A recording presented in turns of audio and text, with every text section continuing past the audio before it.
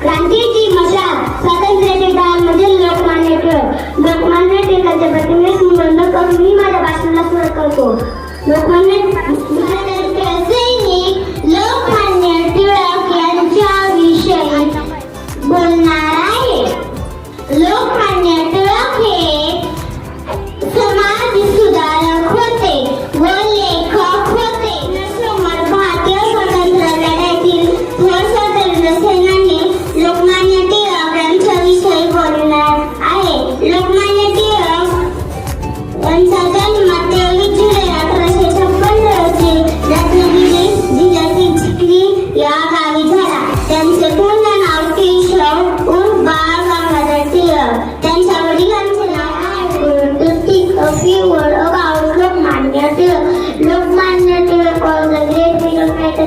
He was also called Bal Gangadhar Tilak.